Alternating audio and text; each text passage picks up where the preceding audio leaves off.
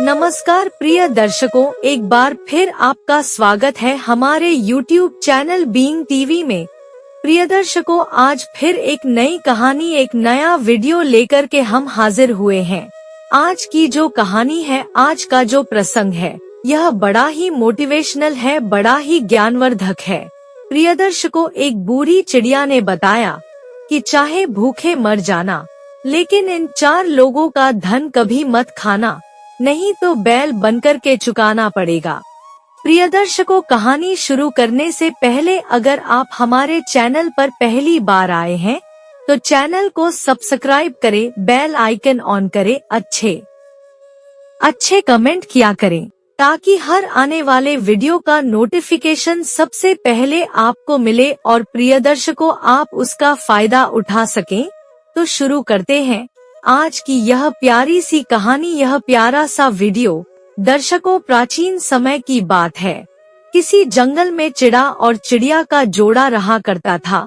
वह दोनों पति पत्नी अपने जीवन में बड़े प्रसन्न थे, एक दूसरे से बड़ा प्रेम करते थे, एक दूसरे का बहुत आदर सम्मान करते थे। प्रिय दर्शकों, चिड़ा और चिड़िया के जीवन में किसी प्रकार का कोई दुख नहीं था, कोई तकलीफ नहीं थी।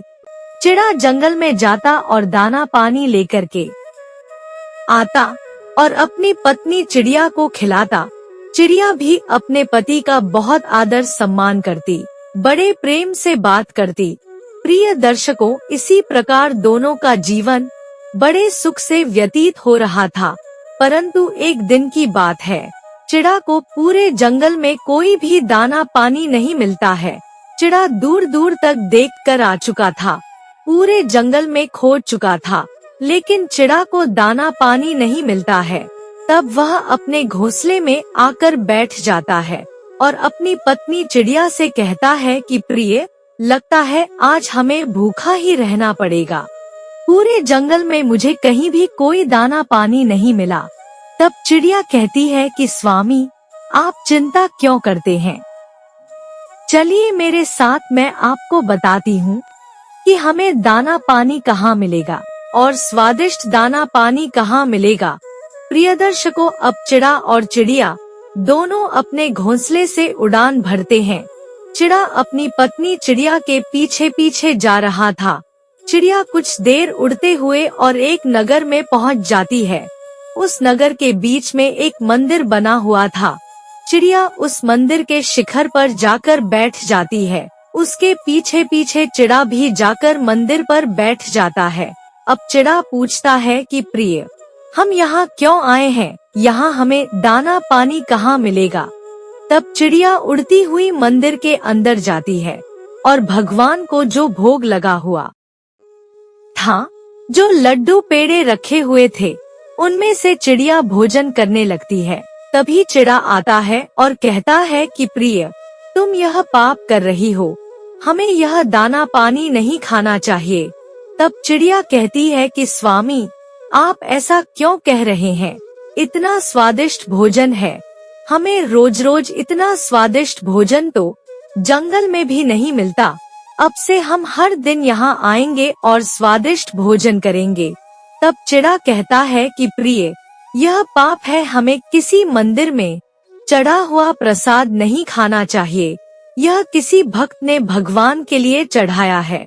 चिड़ा आगे कहता है कि प्रिय, मैं तुम्हें एक कहानी सुनाता हूँ, यह कहानी सुनकर तुम्हें समझ में आ जाएगा कि इन 4 लोगों का धन कभी नहीं खाना चाहिए, नहीं तो बैल बन कर के चुकाना पड़ता है। जो भी मनुष्य इस कहानी को ध्यान से सुनेगा और अंत तक सुनेगा, वह कभी अपने जीवन में दुखी नहीं रहेगा और उसे अगले जन्म में भी किसी दुख का सामना नहीं करना पड़ेगा। प्रिय दर्शकों, अब चिड़ा अपनी कहानी प्रारंभ करता है। चिड़ा कहता है कि प्रिय, प्राचीन समय की बात है। सूरजपुर नगर में एक किशोर नाम का सेठ रहा करता था। वह सेठ बड़ा ही धनवान था। उसके घर में किसी चीज की कोई कमी नहीं थी।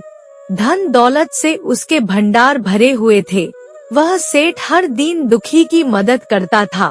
प्रिय दर्शकों, उस सेठ की एक आदत थी कि वह अपना धन सभी को उधार स्वरूप दिया करता था। दूर दूर से लोग धन का उधार मांगने के लिए आया करते थे। किशोर अपने धन को दो प्रकार से उधार दिया करता था। एक तो वह इसी जन्म में चुकाने के लिए देता था, और जो मनुष्य इस जन्म में कर्ज ना चुकाना चाहता हो उसे वह अगले जन्म के लिए भी कर्ज दिया करता था और कहता था कि अगले जन्म में मेरा कर्ज चुका देना।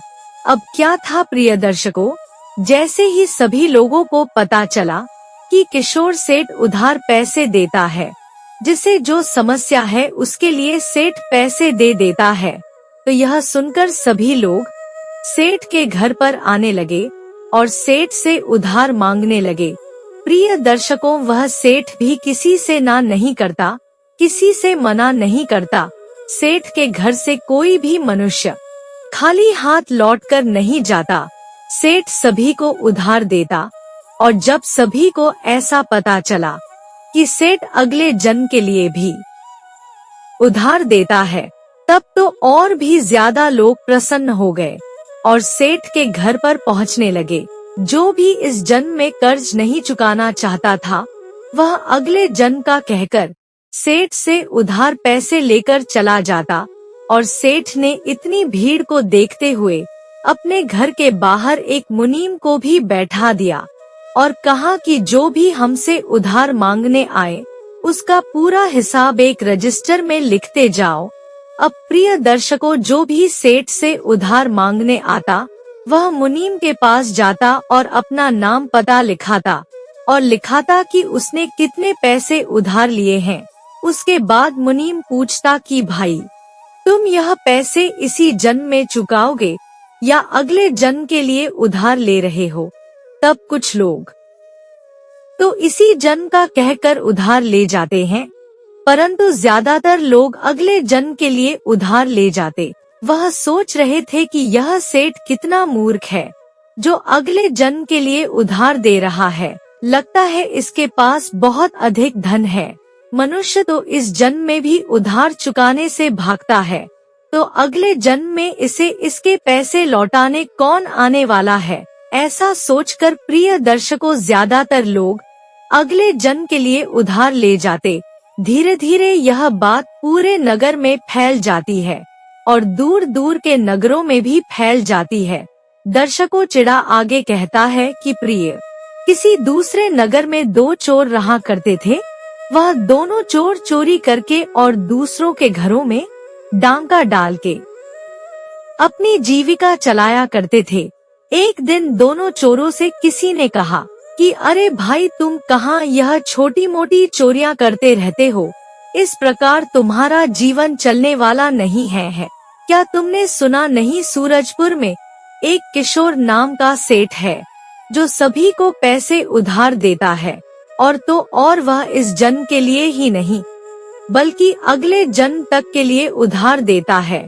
तुम उससे जितना चाहो उतना धन उधार मांग सकते हो और अगले जन्म का कहकर तुम्हें उधार चुकाना भी नहीं पड़ेगा। प्रियदर्शकों, अब क्या था? ऐसी बातें जब उन दोनों चोरों को पता चली तो वह बहुत प्रसन्न हुए। अगले ही दिन वह सूरजपुर नगर के लिए चल पड़े। वह दोनों चोर बड़े ही खुश थे। वह दोनों एक दूसरे से बात कर रहे थे कि हम तो किशोर सेठ से 10-10 लाख ले ही लेंगे, उसके बाद हमारा जीवन बहुत आनंद से कटेगा। अगले 20-30 साल तो हमें चोरी भी नहीं करना पड़ेगा। उसके बाद जब पैसा खत्म होगा तो एक बार फिर जाकर सेठ से उधार मांग लेंगे। ऐसी बातें करते हुए प्रिय दर्शकों, वह दोनों चोर किशोर सेठ के घर तक पहुंच जाते हैं। सेठ के पास जाकर वह कहते हैं कि सेठ जी, हमने सुना है आप सभी को उधार देते हैं, क्या यह बात सत्य है? तब सेठ कहता है कि हाँ भाई, मैं सभी को उधार देता हूँ। जिसकी जितनी जरूरत है उसे उतना धन उधार देता हूँ। तब वह दोनों चोर कहते हैं कि सेठ जी, परंतु हम आपका धन आपको इस जन्म में नहीं लौटा पाएंगे, आपको अगले जन्म में ही लौटा पाएंगे। तब सेठ कहता है कि कोई बात नहीं भाई, तुम अगले जन्म में लौटा देना, मैं इस जन्म और अगले जन्म दोनों के लिए उधार देता हूँ। तुम अपना नाम पता मुनीम जी को लिखवा दो और उसके बाद पैसे लेकर चले जाओ। इतना कहकर सेठ अपने मुनीम को कहता है कि मुनीम जी इन्हें जितने पैसे चाहिए दे दीजिए और इनका नाम पता लिख लीजिए। अब प्रिय दर्शकों, वह दोनों लड़के बाहर बैठे मुनीम जी के पास जाते हैं और कहते हैं कि मुनीम जी, हम दोनों को 10-10 लाख चाहिए हैं और हम अगले जन्म में सेठ का उधार चुकाएंगे। प्रियदर्शकों, अब क्या था, वह मुनीम दोनों का नाम पता लिखता है और आगे लिख देता है कि इन्होंने 10-10 लाख रुपए लिए हैं और अगले जन्म में चुकाएंगे। इतना लिखने के बाद मुनीम दोनों को 10-10 लाख रुपए पकड़ा देता है। प्रिय दर्शकों, दोनों ही चोर ने आज तक इतने पैसे नहीं देखे थे। पैसे हाथ में आते ही वह दोनों खुशी के मारे झूमने लगते हैं और अपने थैले में पैसे रखकर चल पड़ते हैं। चलते चलते वह दोनों बहुत डर रहे थे क्योंकि उनके पास बहुत सारा धन था। वह सोच रहे थे कि कोई डाकू हमसे हमारा पैसा लूट कर ना ले जाए। प्रिय दर्शकों, अब चलते चलते वह दोनों एक दूसरे गांव में पहुंच जाते हैं। गांव में पहुंचने के बाद वह दोनों पूरे गांव में घूमते हैं और सोचते हैं कि आज रात हमें इसी गांव में रुककर आराम करना चाहिए, क्योंकि प्रिय दर्शकों, उन्हें लग रहा था कि अगर हम रात में सफर करेंगे तो हमसे हमारा धन कोई छीन लेगा। ऐसा सोचकर वह गांव में कई लोगों के यहाँ जाते हैं और पूछते हैं कि भाई, क्या आज रात हम आपके घर में रुक सकते हैं? हमें सोने के लिए चारपाई चाहिए। परंतु प्रिय दर्शकों, उन दोनों की शक्ल चोर डाकुओं के समान थी। उन्हें देखकर कोई भी उन्हें अपने घर में आने की अनुमति नहीं देता है। अब पूरे गांव में घूमने के बाद उन्हें गांव के बाहर एक तबेला दिखाई देता है। वह दोनों चोर देखते हैं कि इस तबेले में एक बैल और एक भैंस बंधे हुए हैं और तबेले में चारपाई भी रखी हुई थी। प्रिय दर्शकों, तबेले में एक व्यक्ति काम कर रहा था, सफाई कर रहा था। वह दोनों चोर जाकर के उससे पूछते हैं कि भाई, क्या आज रात हम आपके तबेले में सो सकते हैं? इसी बहाने हम आपके जानवरों की सुरक्षा करेंगे और कल सुबह होते ही हम यहाँ से चले जाएंगे। प्रिय दर्शकों, वह व्यक्ति उन्हें अपने तबेले में सोने की अनुमति दे देता है। वह कहता है कि भाई, यहाँ एक ही चारपाई है, आप दोनों को इसी पर सोना पड़ेगा, आप यहाँ आराम कर सकते हैं। प्रिय दर्शकों, इतना कहकर वह व्यक्ति अपने घर चला जाता है। अब वह दोनों चोर अपने अपने पैसे को अपने पास रखकर और सो जाते हैं, परंतु उन्हें नींद नहीं आ रही थी क्योंकि उनके पास बहुत सारा धन था। उन्हें बहुत डर लग रहा था। उन्हें लग रहा था कि कहीं कोई चोर डाकू आकर हमसे हमारा धन ना लूट ले। अब इसी प्रकार वह दोनों चारपाई पर लेटे हुए थे। धीरे धीरे प्रिय दर्शकों, आधी रात का समय हो जाता है और रात के 2 बज जाते हैं। प्रिय दर्शकों, अब रात के 2 बजे जो भैंस थी वह बैल से कहती है कि अरे बैल भाई, क्या तुम जानते हो आज हमारा साथ में यह आखिरी दिन था, कल मैं तुम्हें छोड़कर चली जाऊंगी। तब बैल कहता है कि क्यों भैंस, कल क्या होने वाला है? तब भैंस कहती है कि भाई, कल मेरा उधार पूरा हो जाएगा। पिछले जन्म में मैंने अपने मालिक से कुछ धन उधार लिया था, इस जन्म में मैं उसकी भैंस बनकर और उसका उधार चुका रही हूँ। वह रोज मुझे डंडे मारता है, मार मार के उसने मुझे बहुत कमजोर कर दिया है। अब कल वह मुझे एक बार फिर डंडे मारेगा और कल मैं अपने प्राण त्याग दूंगी, क्योंकि अब मेरा उधार पूरा हो चुका है। मैं डंडे खा खा कर और अपना उधार चुका चुकी हूँ। तब वह बैल कहता है कि भैंस, कल तो मेरा भी उधार पूरा होने वाला है, जब मैं कल अपने मालिक के खेत में हल चलाऊंगा तब मेरा उधार पूरा चुक जाएगा। पिछले जन्म में मैंने भी इससे कुछ पैसे उधार लिए थे और चुका नहीं पाया। इस जन्म में उसका बैल बनकर के मुझे चुकाना पड़ रहा है। कल आखिरी बार अगर मैंने उसके खेत में हल चला दिया तो मेरा उधार पूरा हो जाएगा और उसके बाद मैं स्वर्ग सिधार जाऊंगा। प्रिय दर्शकों, यह सारी बातें वह दोनों चोर चारपाई पर लेटे हुए सुन रहे थे। इतनी बातें सुनकर वह दोनों बहुत डर गए। सोचने लगे कि यह दोनों क्या बात कर रहे हैं। क्या पिछले जन्म का लिया हुआ कर्ज इस प्रकार चुकाना पड़ता है? प्रिय दर्शकों, अब वह भैंस और बैल आगे बात करते हैं। भैंस कहती है कि बैल भाई, मुझे अब अपनी गलती समझ में आ चुकी है। किसी का भी धन उधार लेकर और उसे समय से चुका देना चाहिए, नहीं तो अगले जन्म में बैल बनकर चुकाना पड़ता है। प्रिय दर्शकों, अब वह दोनों चोर सोचते हैं कि कल हम इस भैंस और इस बैल को देखेंगे कि किस प्रकार इनका अंत होता है और क्या यह बात जो कर रहे हैं यह सच है। अब प्रिय दर्शकों, कुछ समय बाद सुबह हो जाती है और सुबह उठने के बाद वह दोनों चोर देखते हैं कि सुबह होते ही वह तबेले का मालिक वहां आ जाता है और अपनी भैंस को डंडे से मारने लगता है। प्रिय दर्शकों, अब वह दोनों चोर इस नजारे को देख रहे थे। वह आदमी अपनी भैंस को डंडे से मारता ही चला जा रहा था। कई देर तक भैंस को मारने के बाद उसकी भैंस ने अपने प्राण त्याग दिए और यह देखकर वह दोनों चोर चकित रह गए। वह सोचने लगे कि भैंस आधी रात को जो बात कर रही थी वह तो सत्य साबित हो गई। अब वह सोचते हैं कि हमें आगे देखना चाहिए कि इस बैल के साथ क्या होता है। प्रिय दर्शकों, कुछ देर बाद वह आदमी अपने बैल को ले जाता है और खेत में ले जाकर उससे हल चलवाता है। 4 घंटे भरी दोपहरी में भूखे प्यासे और धूप में हल चलाने के बाद वह बैल भी अपने प्राण खेत में ही त्याग देता है। प्रिय दर्शकों, वह दोनों चोर बैल को देख रहे थे। जब उन्होंने देखा कि इस बैल ने भी अपने प्राण त्याग दिए हैं तो वह दोनों घबरा गए। अब प्रिय दर्शकों, वह सोचने लगे कि ऐसा कैसे हो सकता है, पिछले जन्म का कर्ज इस प्रकार चुकाना पड़ता है, यह तो हमें पता ही नहीं था। कुछ देर तक प्रिय दर्शकों, वह दोनों बड़े उदास थे और एक पेड़ के नीचे बैठकर अपने आप को कोस रहे थे कि क्यों हमने सेठ किशोर से इतना कर्ज ले लिया। तभी एक चोर कहता है कि भाई चलो सेठ को ले जाकर उसका धन लौटा देते हैं और कह देंगे कि सेठ जी, हमें आपके धन की आवश्यकता नहीं है, हमें धन कहीं और से मिल चुका है। ऐसा कहेंगे तो वह सेठ अपना धन जरूर वापस ले लेगा।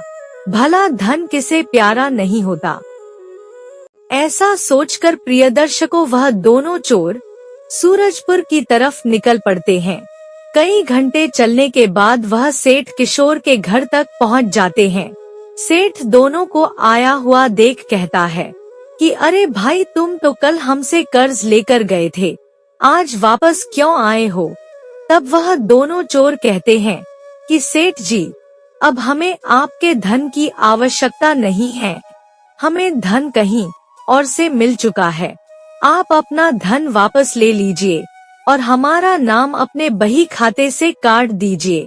तब सेठ कहता है कि अरे भाई, तुम तो यह धन अगले जन्म का कह कर ले गए थे, तुमने कर्ज अगले जन्म में चुकाने के लिए लिया है, इसीलिए मैं तुमसे इस धन को वापस नहीं ले सकता। अब तुम अगले जन्म में ही अपना कर्ज चुकाना। अब प्रिय दर्शकों, वह दोनों चोर क्या कर सकते थे? वह सेठ किशोर से बहुत विनती करते हैं, उसके खूब हाथ पैर जोड़ते हैं, परंतु सेठ नहीं मानता है। वह कहता है कि जाओ, मेरे पास समय व्यर्थ मत करो, जो कर्ज मैंने अगले जन्म के लिए दिया है उसे मैं अभी वापस नहीं ले सकता। इतना कहकर प्रिय दर्शकों, वह सेठ उन दोनों चोरों को धक्के मारकर और अपने घर से निकलवा देता है।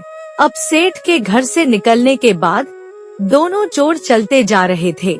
दोनों बड़े दुखी थे, सोच रहे थे कि अब अगले जन्म में यह सेठ हमारे ऊपर अत्याचार करेगा और सेठ की लाठी डंडे खाने के बाद हमें उसका कर्ज चुकाना पड़ेगा। अगर हमने सेठ को उसके पैसे अभी नहीं लौटाए तो हमारा अगला जन्म बहुत ही कष्टदायी होगा, हमें बहुत पीड़ा मिलेगी।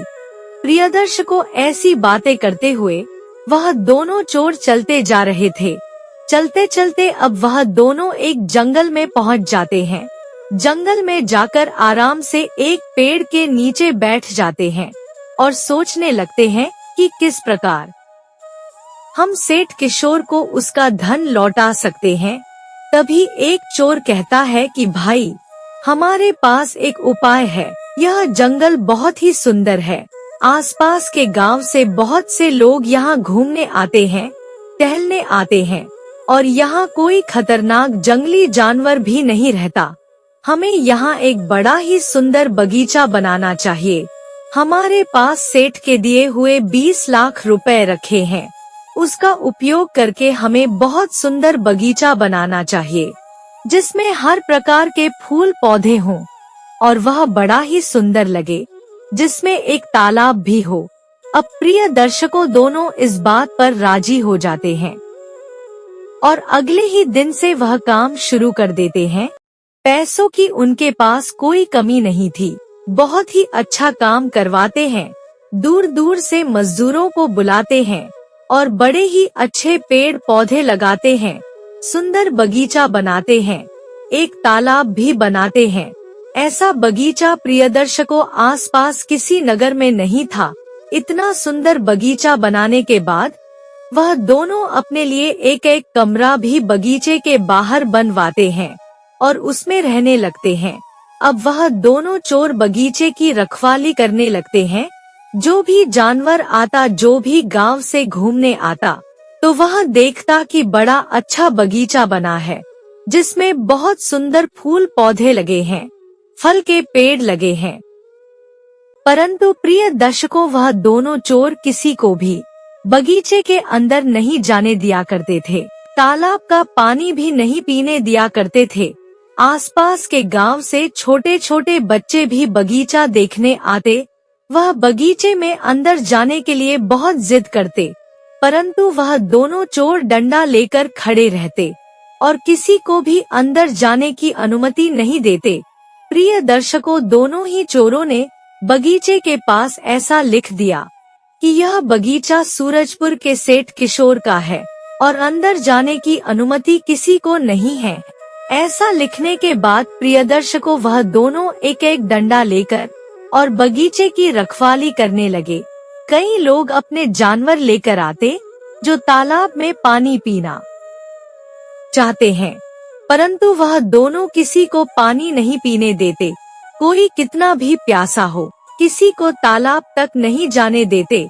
प्रिय दर्शकों, धीरे धीरे यह बात पूरे नगर में फैल गई, आसपास के सभी गांव में फैल गई कि सूरजपुर के सेठ ने बड़ा ही अच्छा बगीचा जंगल के बीच में बनाया है, जिसमें कई प्रकार के फल लगे हुए हैं, फूल पौधे लगे हैं और एक तालाब भी है।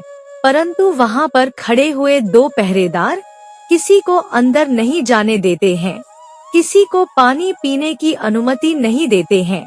ऐसा सुनकर प्रिय दर्शकों, सभी लोग एक झुंड बनाकर के और बगीचे की तरफ निकल पड़े। जब इतने सारे लोग बगीचे के पास आते हैं तो वह दोनों चोर कहते हैं कि आप अंदर नहीं जा सकते। सेठ किशोर का आदेश है कि किसी को भी अंदर जाने की अनुमति नहीं है। ऐसा सुनकर प्रियदर्शकों, सभी लोग कहते हैं कि अरे भाई, ऐसा क्यों? अगर किसी को अंदर नहीं जाने देना था तो इतना सुंदर बगीचा बनवाया ही क्यों? तब वह दोनों चोर कहते हैं कि देखिए भाई साहब, हम तो बस मजदूर हैं। जैसा हमारे सेठ ने कहा है हम वैसा ही करते हैं। अगर आप बगीचे में अंदर जाना चाहते हैं, तालाब का पानी पीना चाहते हैं, तो सूरजपुर के सेठ किशोर से जाकर मिलिए। उन्होंने ही इस बगीचे को बनवाया है।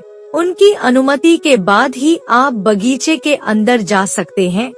प्रिय दर्शकों, अब क्या था, झुंड बनाकर के सभी गांव वाले सूरजपुर के लिए निकल जाते हैं और सेठ किशोर के यहाँ पहुँचते हैं।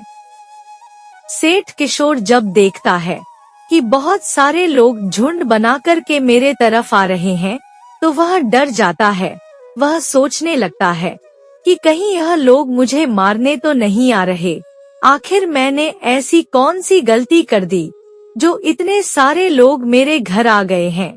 प्रिय दर्शकों, सभी लोग आकर के सेठ किशोर से कहते हैं कि सेठ जी, अगर आपको बगीचा बनाना ही था तो उसे सबके लिए खुला छोड़ा होता ताकि सब उसमें घूम सकें, सब तालाब का पानी पी सकें।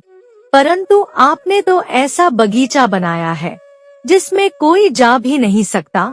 वह जंगल सभी का है, परंतु उसमें आपने अपने लिए बगीचा बनाया है और 2 पहरेदार खड़े कर दिए हैं ताकि कोई अंदर ना जा सके। ऐसा नहीं हो सकता, ऐसा नहीं चलेगा। प्रिय दर्शकों, सेठ किशोर कहता है कि भाई साहब, आप लोग कैसी बातें कर रहे हैं। भला हमने कौन सा बगीचा बनाया है, हमें तो कुछ भी याद नहीं है। और जंगल में हम बगीचा क्यों बनवाएंगे? हमारे घर में बहुत बड़ा बगीचा है, हमने कोई बगीचा नहीं बनवाया। तब सभी लोग कहते हैं कि सेठ जी, सभी गांव वालों ने आपके बगीचे को देखा है और वह दोनों पहरेदार आपके बगीचे की सुरक्षा के लिए खड़े हैं। बगीचे के बाजू में आपका नाम भी लिखा हुआ है कि यह बगीचा आपके द्वारा बनवाया गया है।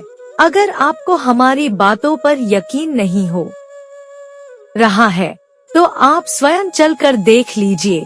दर्शकों, अब सेठ किशोर सभी के साथ चल पड़ता है और कहता है कि चलकर दिखाइए मुझे कि कौन सा बगीचा मैंने बनाया है जो मुझे याद भी नहीं। अब दर्शकों, सभी लोग सेठ किशोर को लेकर जंगल के पास पहुंचते हैं और जंगल में उस बगीचे को देखकर सेठ हैरान रह जाता है। उसके पैरों के नीचे से जमीन खिसक जाती है और कहता है कि यह बगीचा कब बना, इतना सुंदर बगीचा हमने कब बनवाया। दर्शकों, अब वह सेठ दोनों चोरों को देखता है। वह चोर कहते हैं कि सेठ जी, आपने ही तो बगीचा बनवाया है, हमने आपके दिए हुए पैसों से ही इस बगीचे को बनवाया है। पैसे आपके थे इसलिए हमने आपका नाम लिख दिया। आप हमसे पैसे नहीं ले रहे थे, हमारे कर्ज को हम चुकाना चाहते थे, परंतु आपने कहा कि हम अगले जन्म में ही चुका सकते हैं, इसीलिए हमने इस बगीचे को बनवा दिया। अगर अब आप अपना धन वापस नहीं लेंगे तो आपको गांव वालों का श्राप मिलेगा। सभी लोग आपको कोसेंगे, आपको बद्दुआ मिलेगी और आप पाप के भागी बनेंगे। गांव के सभी लोग बगीचे में अंदर जाना चाहते हैं, तालाब का पानी पीना चाहते हैं, परंतु जब तक आप हमारा कर्ज माफ नहीं करेंगे, हमारा कर्ज वापस नहीं लेंगे, तब तक हम किसी को भी बगीचे के अंदर जाने की अनुमति नहीं देंगे। अब आप सोच लीजिए कि आपको क्या करना है। प्रिय दर्शकों, चिड़ा आगे कहता है कि हे प्रिय, अब तो गांव वाले भी सब कहने लगे कि सेठ जी, यह दोनों कितने अच्छे हैं, इन्होंने हमारे लिए इतना अच्छा बगीचा बनाया है, हमारे बच्चे सभी इसमें खेलना चाहते हैं, बगीचे के अंदर जाना चाहते हैं, आप इनका कर्ज माफ कर दीजिए, नहीं तो आपको पूरे गांव की बद्दुआ लगेगी। दर्शकों, सभी की ऐसी बातें सुनने के बाद भी वह सेठ नहीं मानता है और कहता है कि तुम मूर्ख हो, जो कर्ज मैंने अगले जन्म के लिए दिया है उसे मैं इस जन्म में वापस नहीं ले सकता, तुम्हारा कर्ज माफ नहीं होगा। दर्शकों, सेठ के इतना कहते ही गांव के सभी लोग सेठ को मारने के लिए तैयार हो जाते हैं। सभी डंडे उठाकर और सेठ को मारने लगते हैं। तभी सेठ कहता है कि ठीक है, मैं तुम दोनों का कर्ज माफ करता हूँ, परंतु सभी को बगीचे के अंदर जाने दो। दर्शकों, अब वह दोनों चोर बड़े प्रसन्न हो गए। उन्होंने बगीचे का गेट खोल दिया तालाब के पास भी सभी को जाने दिया और सेठ ने अपने बही खाते में से दोनों का नाम भी काट दिया। बगीचे के रूप में दोनों चोरों ने अपना कर्ज चुका दिया था। अब वह दोनों चोर अपने नगर के लिए चल पड़े। अब उन्होंने चोरी करना छोड़ दिया और मेहनत करके अपना घर चलाने लगे, क्योंकि वह जान चुके थे कि किसी का धन लेने के बाद उसे अगले जन्म में बैल बनकर चुकाना पड़ता है, जो कि बहुत कष्टदायी होता है। प्रियदर्शकों, चिड़ा आगे कहता है कि हे प्रिय, अब मैं बताता हूँ कि मनुष्य को यह 4 प्रकार का धन कभी नहीं खाना चाहिए, नहीं तो अगले जन्म में बैल बनकर चुकाना पड़ता है। नंबर 1, किसी मंदिर में भगवान पर चढ़ा हुआ दान। भगवान पर चढ़ा हुआ धन उठाकर नहीं खाना चाहिए। अगर कोई मंदिर में से धन चोरी करके और अपने घर पर लाता है तो उसे अगले जन्म में बैल बनकर चुकाना पड़ता है। नंबर 2, किसी का बेईमानी से कमाया हुआ धन अगर कोई खाता है, किसी को दुख पहुंचाकर उससे छीना हुआ धन अगर कोई खाता है तो उसे अगले जन्म में बहुत कष्ट मिलता है। नंबर 3, चोरी का धन। चोरी का धन खाने वाले को कभी संतुष्टि नहीं मिलती। उसका यह जीवन भी और अगला जीवन भी दोनों कष्ट में जाते हैं।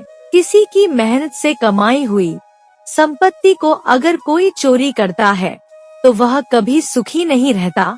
नंबर 4, माँ बाप को दुखी करके खाया हुआ धन।